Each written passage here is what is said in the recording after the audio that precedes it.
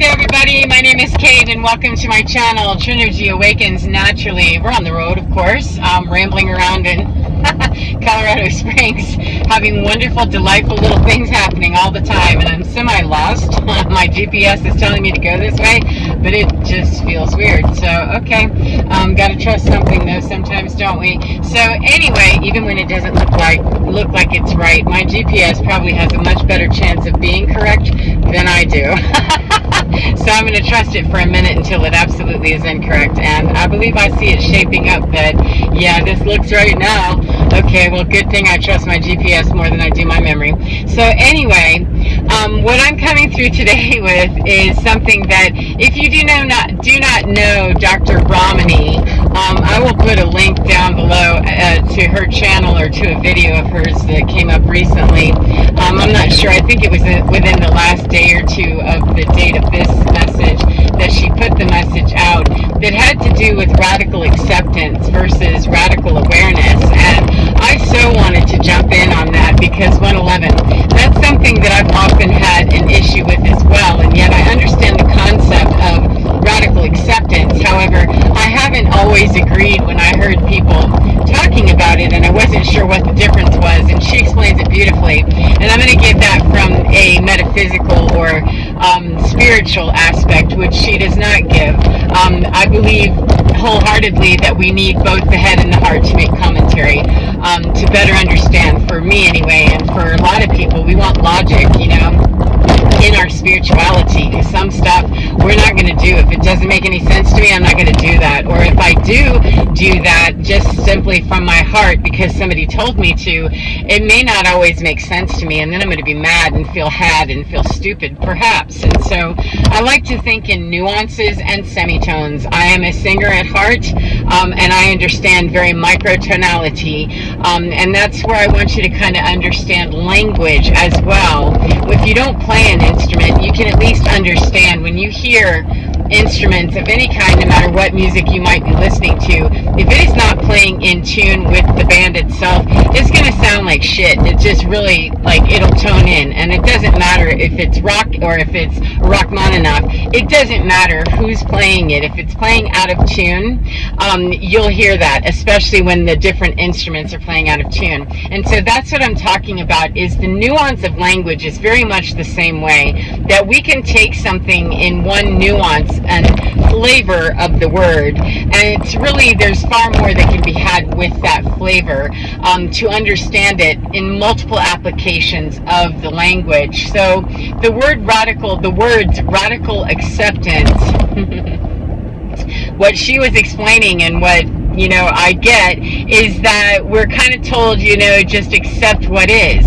Now, this woman is talking specifically about narcissism and narcissistic relationships and a lot of pathology in the human behavior and psychology department. So, excuse me, when we hear, and we come from a traumatic background of trauma, narcissistic abuse, etc., we can be really triggered if we're told to radically accept some shit. Excuse me? I radically accept that someone is like this. Yeah, what they forget to tell sometimes in spiritual land, maybe in psychology land as well, I don't really know. I live in both, so I'm going to just speak about it, that when I first heard of the idea of radical acceptance, it didn't make sense to me. I'm not accepting your shitty behavior, And what finally came to me is that, no. It's not a matter of accepting that as your standard. It's accept that that's the freaking truth, okay? Accept the reality of your 3D so that you can move your stuff into your spirituality or your 5D or something else to deal with the fact that you've had to accept the truth of what's going on here. That I can be very radically aware, and I want to be, and that's the word she uses, and I love that. I want to be very radically aware of what's happening so that I can radically accept that that is the truth of what's happening, if I'm situationally aware and I'm able to really truly see the scene that is outside of me and that is possibly dictating to me and creating the monstrous situation that I see, or the imbalance or whatever it is that I'm not feeling so great about, if I need to radically accept some stuff, I'm going to assume that it's not so great. That I want to be aware of what that is so that I can accept the truth for what the truth is. Not the truth as I see it, because that gets us into some real bullshit situations with narcissists, gaslighters, and other bullshitters that'll help us bullshit ourselves while they're bullshitting themselves. So I'm not talking about the truth as I see it or even the truth as somebody else sees it. I mean the truth. What is this doing for me? What does this feel like to me? What is the behavior that I actually see? Not those floofy fun words of, I'll do better next time, I did the best I could, oh no, all of that stuff. I want to know what the feet are doing. I want to know what the behavior pattern is. I want to see that, and I want to see what the reality of my 3D is with that stuff. And that will give me the awareness of the overall totality so that I can accept what I see as the truth of that situation, the truth of reality as it's presenting itself to me. Again, not what somebody's telling me, because what people will tell us, if they're skilled bullshit artists / gaslighters or manipulators or whatever angle they're coming in on, if someone is not really moving their feet in the same direction or even in the same action that their mouth is telling us, we can often get dazzled with the shell game up here as it's coming out of the mouth and not noticing that the feet are going a whole different direction with their hand in our pocket, sliding out everything that used to be ours as they go, and then we feel slimed and don't really know why, because, well, this person would never do that. They sure would, and they sure did. And when we get very real and radically aware and radically accept what we see when we're there, we can better deal with what is there. I come from an EMS background where we're taught to look at the scene, survey the entire scene before you make any play or any move, Eugene. You got to make sure that the scene is safe. That's the first thing, because if you run in, get all busy with what you think you see, or what is being told to you is the emergency, you might miss that person who's wielding a weapon, in the off to the side, that's gotten the person in the middle of the room to say some stuff. This is a whole ambush. Now that's in EMS and pretty extreme, and fortunately doesn't happen often, however, it does happen, and it happens all the time in magical relationships with people who are looking to kind of ambush on the slide. They're slick aggressors who are very good at what they do. And we all know on this planet, she talks about it, we all know a narcissist or somebody who's exhibiting some slick behavior, whether they have the diagnosis or not, I could care less. I want to notice the pattern. And the way that I notice the pattern, the way that I can see the pattern, and the way that I can learn the pattern is to get educated about what that is, and then start looking at a scene, start looking at behavior, start reflecting on what was that conversation including. How did I feel when I was in that conversation? What are the relationship dynamics that I'm looking at? What do I consistently see out of this person, behavior-wise? What do I actually see out of this person or this situation? Versus, what am I being told about this situation? I don't care if you've been told it was gold. If it wasn't, it was fool's gold, please notice that, because when we don't, then that means the people who are slicking us and talking out of the side of their neck can have us held there in this position where we just feel really terrible, and we think we shouldn't feel terrible, yet it really does feel terrible, and we're having some discrepancy with what do I do with that. And oftentimes when we try to take that confusement, that confusion to the person who's dishing it out, they know what they're doing. Conscious or not, they know what to say to keep us there to play the way that they would like us to, because they're gaining something from us in that benefits them. Human beings do not generally get into relationship unless we're super healthy and we're super conscious of what we're saying and doing. You can count on the fact that human beings don't get into relationships without getting something in return.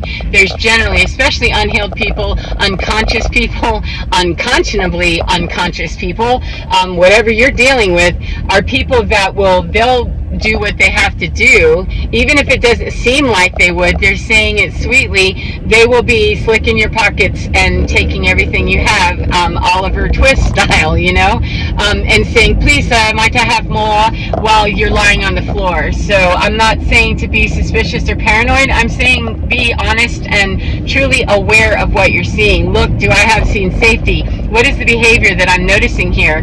Upside, compare that to what is it that I'm being said the behavior should be or is, that I'll do better next time. Do we hear that routinely? Do I see changes in behavior? Do I see temporary changes in behavior? What do I see? What is the rate of this patterning that I'm seeing? A one-off or even two perhaps can be just, I'm having a weird day. And Dr. Ramani does discuss that in her video, that I'm just having a moment. This is a one-off and a strange day.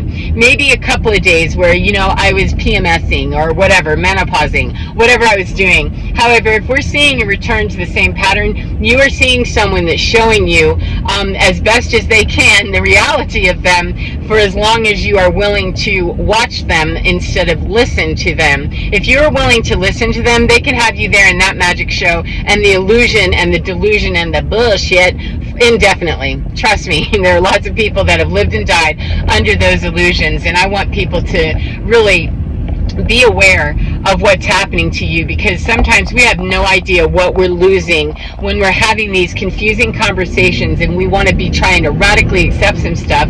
We radically accept that, oh, this is the asshole of you, okay, and little do we know that if someone is willing to be that slick with us, we will become unusable at some point. We will become no longer part of the inventory.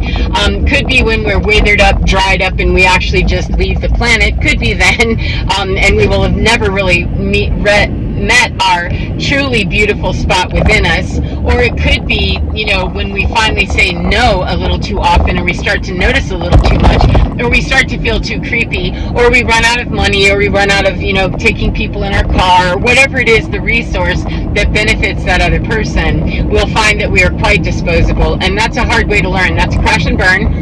We do learn that way, 1133, if we're going to. However, it's tough love like you've never ever seen it before.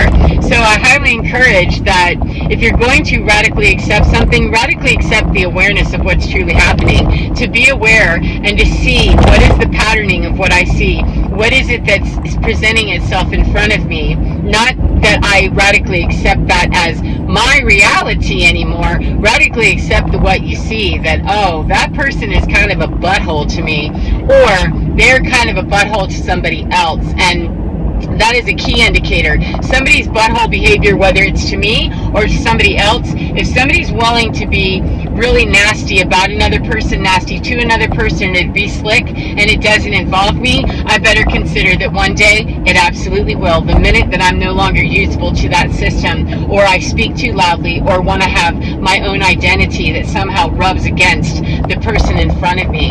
So it's at that point, though, that we get those checks in reality, and we have to be willing to be strong enough and say, I need to start finding my way up out of here. It's not always easy, and it's not always safe, depending on how nasty and manipulative and horrible the people that you're dealing with might be. However, the quicker we can start finding our autonomy and pulling away from that, we can really find that easing out of it gets easier.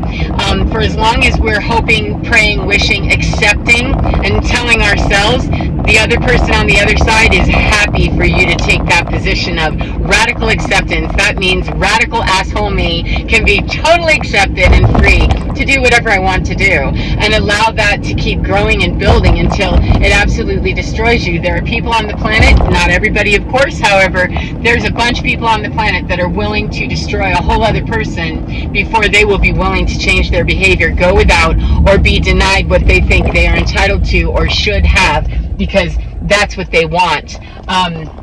And sweet little empath types, or light workers, star seeds, or just kind people who really want to see the best in everybody. I'm going to help you remember that Anne Frank wanted to see the best in everybody, and everybody's kind at heart. They sure are. However, her story, it was published posthumously. Just keep that in mind, that I believe that too. I believe there's a nugget of goodness in every single soul. However, the reality and the radical acceptance for me is, are you showing me that? Because if you're not, I'm going to radically accept my exit from your world immediately, because I don't want to find out again and again and again that was really the truth from the very beginning. Radically accepting something for me means I radically am accepting what I see in my radical awareness of what is in front of me. So I hope that's helpful for you in some way, and I hope that you enjoy your day no matter what part of the day you're in. And remember to get within your skin, because you're divine. It is absolutely fine, and it can help you radically see, radically be aware of, and radically accept everything that you see. Eventually, easy or not, just fine. So take care of yourself, and I will see you again next time. Goodbye, my beautiful friends.